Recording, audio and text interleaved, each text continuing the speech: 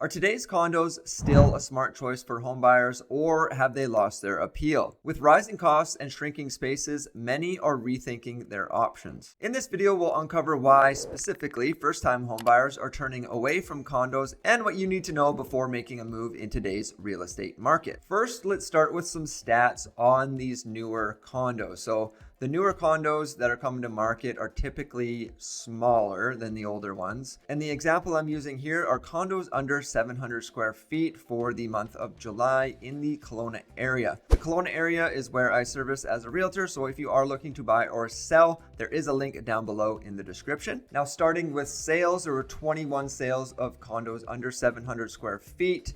The average sale price amongst those was $407,000. Days to sell, what I call the advertised days to sell is 48, because those are only based off of the active listings, not any listings that expired or were canceled previous to the condo actually selling. And I did the math on the real days to sell. So if you are looking to sell your condo, keep in mind it takes roughly around 90 days to sell, and that's specifically for condos under 700 square feet. Inventory for the 700 square feet or under is sitting at about 154, which is about 20% of the actual condo market here in the Kelowna area. And I didn't include Big White because it's a different demographic up there. So I took that out. If you did include it, it's about 25% of the market. Inventory for the entire market, just to give you an idea, we're sitting at about 700 listings, or 750 if you include Big White. And the months of inventory for these smaller condos is sitting at 7, which puts us into a buyer's market, a little bit higher than the overall condo market. Now that you have a good idea of what the Kelowna condo market is doing in terms of these smaller condos, let's dig into this article by the Globe and Mail. So this article, first-time homebuyers are shunning today's shrinking condos.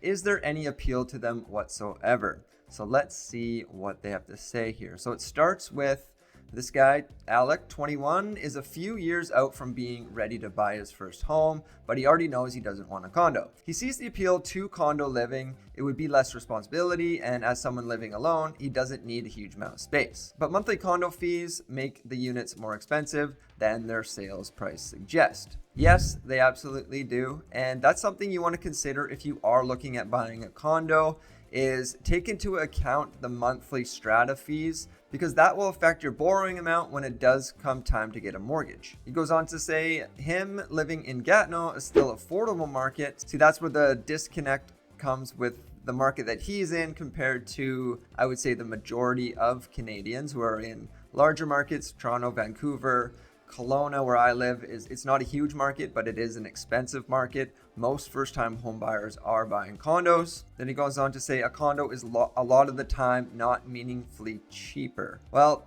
I don't know if he's forgetting that there's maintenance costs to houses as well.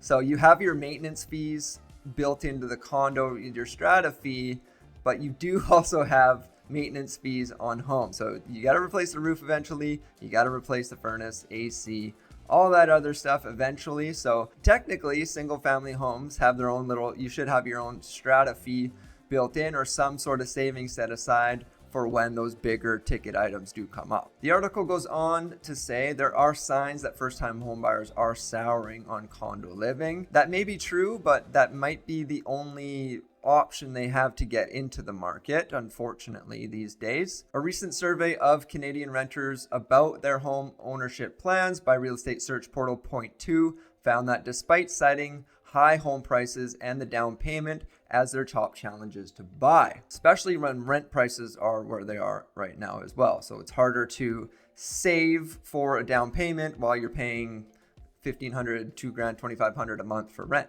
Goes on to say 77% of respondents wanted, keyword wanted, to buy a single family home. Just 12% want a condo, a figure that dropped to 8% for respondents aged 18 to 24 and 9% for those over 65. And still, a condo is the only affordable options for many first-time buyers, particularly in Canada's most expensive housing markets. So yes, Toronto, Vancouver, I would lump Kelowna in there. It's expensive. A condo is probably going to be now your first time home, unless you have, of course, money from parents, things like that. That might get you into a townhouse or single family home. But for the majority of Canadians, first time buyers, it's going to be condos. Ron Butler, a Toronto-based mortgage broker. First of all, Ron has a great YouTube channel as well. He comments a lot on the Canadian housing market, has a lot of great insights there. He swears a lot, so be careful if you're sensitive to that. The correct answer is slow the fuck down. But he's a really good voice for Canadian real estate. He says there's a high level of frustration and anger towards the cities, that being Toronto, condo market among the first-time buyers he works with. The reason, he says, comes down to the square footage of available stock. So all those new condos that are coming up in Toronto alone, there's 20,000 new condos going to be hitting the market in the next few years. In Kelowna, there's going to be about 2,000 new condos hitting the market in 5 years or less. And those are the smaller condos with the small square footage. Ontario condos are 35% smaller on average than they were 25 years ago, while detached homes are 25% larger. The average square foot of a condo peaked in the mid 90s at roughly 1,100 square feet. In 2022, the average was about 700 square feet. And that goes for the Kelowna area as well. Like in the mid 90s, if you're looking at condos, I would highly recommend looking at the older condos as well. You get a lot more space. But if you do want brand new and you're stuck on wanting brand new, then you're probably going to have to compromise on space. And carrying on here, Rose, a realtor with eXp Realty in Calgary, so a different market, said many of the first-time buyers she works with are eager to own land. They're also frequently worried about monthly condo fees and the risk of facing a special assessment. So there are those worry about condo fees. Again, if you're in a townhouse, you're going to have the fees as well. And if you're in a single family home, you have to repair everything yourself. So you do have those maintenance fees too.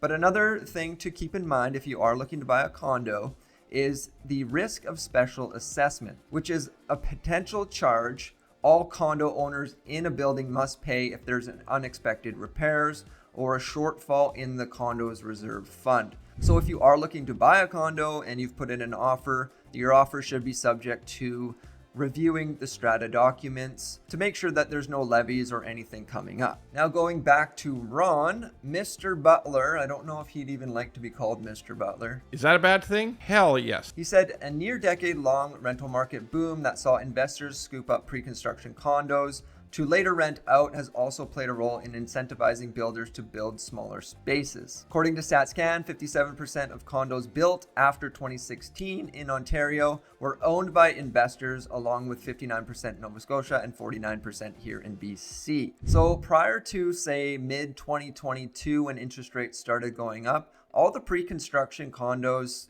and I'm specifically talking about here in Kelowna as well, a lot of those would get purchased by investors either wanting to rent out short term, which you can no longer do in Kelowna, or they would try to reassign the condo before the actual sale. So I think right now a lot of people are getting burned by trying to do that. And on top of that, again, those short-term rental rules that came into effect in May, those are hurting those people too that purchased in those buildings specifically wanting to rent out short term. He goes on to note that many first-time home buyers are couples. Would any couple want to live in a 480 square foot condo? I sure wouldn't. I love my wife, but that's a bit small. Or contemplate having a family someday. Is there any appeal to them whatsoever? Not in that sense, in my opinion.